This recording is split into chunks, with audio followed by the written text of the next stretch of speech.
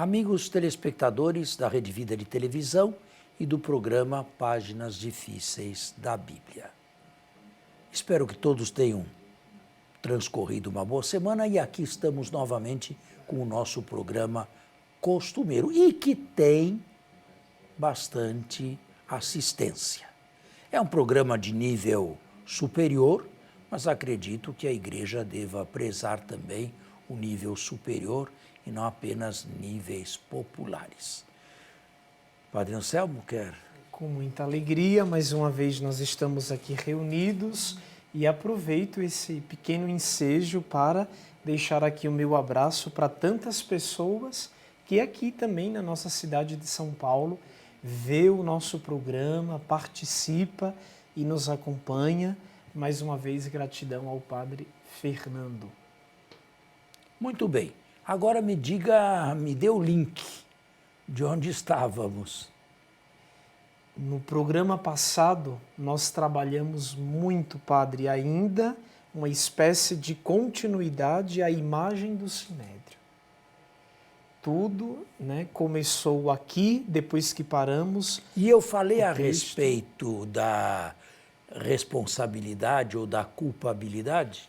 O senhor ficou de abordar isso para nós. Até onde ia a responsabilidade e a culpabilidade de entre os membros do Sinédrio? Então, mais uma vez, se não falei, mais uma vez, aqueles que condenaram Jesus em boa fé, e houve com toda a certeza, para estes eu daria o termo de responsabilidades. Eles foram responsáveis.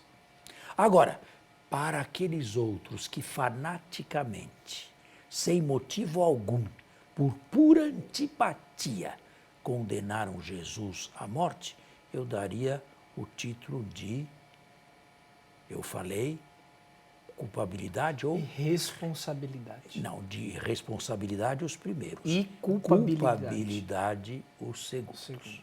Agora, é claro, nós nunca saberemos exatamente quais foram os culpáveis e quais foram os responsáveis, mas estavam todos lá dentro do Sinédrio, presidido pelo sumo sacerdote, que não era de família que resplandecesse por altas virtudes morais. A de Caifás? É. Uau! Exatamente. Que para mim é novo, porque, ao que tudo indica, era um corrupto. Proveio de Anás, por corrupto família, também. E Anás colocado aí em 6 depois de Cristo e teve 5 filhos sacerdotes. Uma família corrupta. Novo para mim. Pois é. Você vê nas mãos de quem estava o sumo pontificado dos tempos de Jesus. Foi esse sinédrio que condenou Jesus à morte. Certo? Culpáveis e responsáveis pela morte de Jesus. Nesse parêntese nós entramos, é bom situar o telespectador, por causa daquele adendo teológico.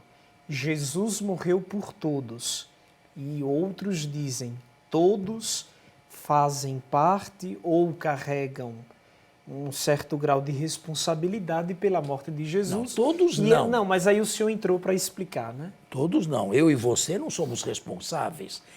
Uma coisa é o plano teológico. Não, teologicamente. Uma coisa é o plano teológico. Ele morreu por todos. Eu não sou responsável. Foi ele que morreu por mim. Eu não sou responsável pela morte dele.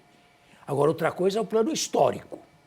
No plano histórico, houve quem o mandasse à cruz. E aí eu distingui os responsáveis dos culpados pela morte de Jesus.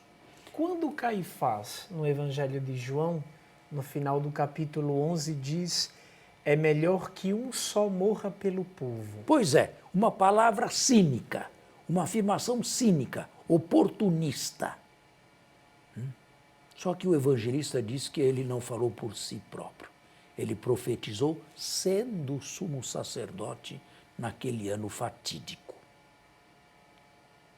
Mas, historicamente, e da boca de Caifás, isso não passa de um cinismo irônico. Agora, se Jesus foi condenado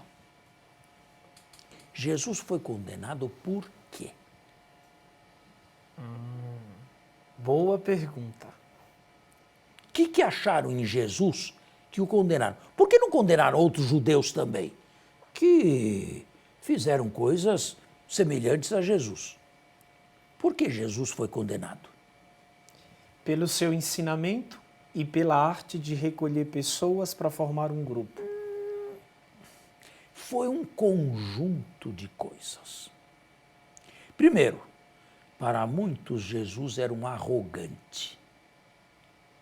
Era um carpinteiro, sem academia, sem instrução, sem rabinato e um arrogante, que se intrometia até nos privilégios de Moisés.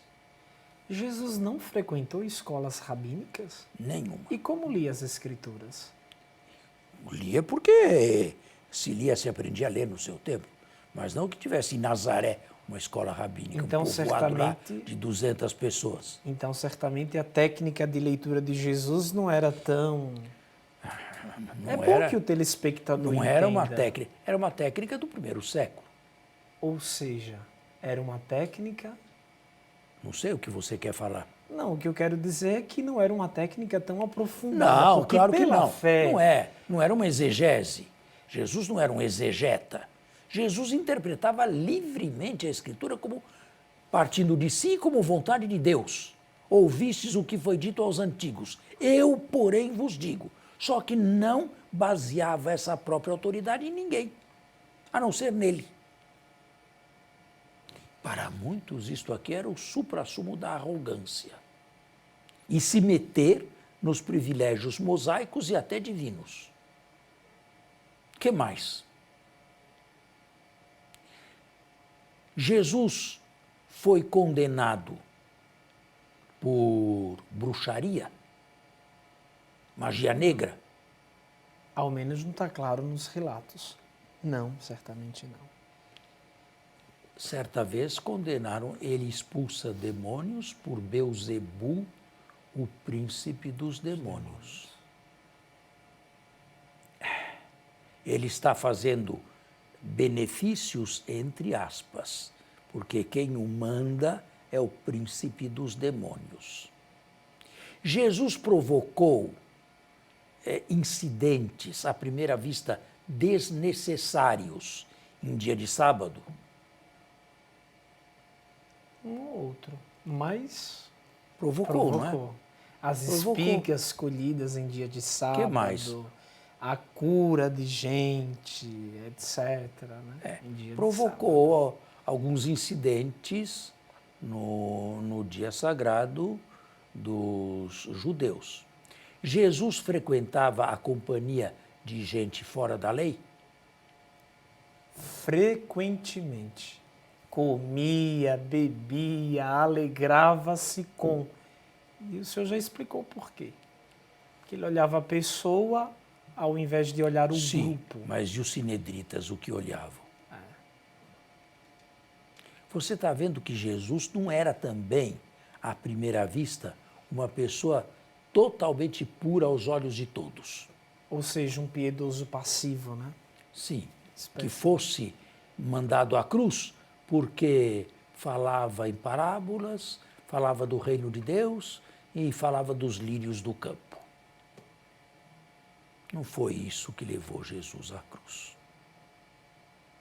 Portanto, Jesus, de certa maneira, na sua vida pública, e disso não se fala muito, teve não apenas seguidores, mas muitos opositores. E eu diria hoje mais opositores do que seguidores. E vamos ser sinceros.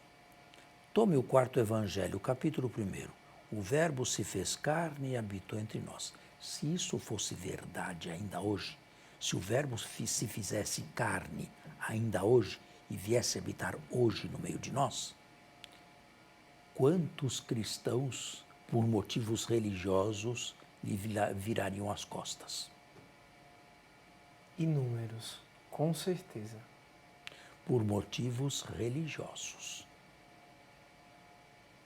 Está vendo como são as coisas? Bem, nós temos ainda algum minuto? Ou temos que...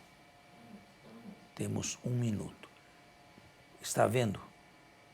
Aqui, as questões são mais delicadas e mais complexas do que à primeira vista parece. Então, de acordo com aquilo que o senhor está nos colocando, não foi necessariamente uma questão que levou Jesus... Foi uma somatória de questões. Somatória, e que se deu ao longo da vida. E que se deu ao longo da vida pública.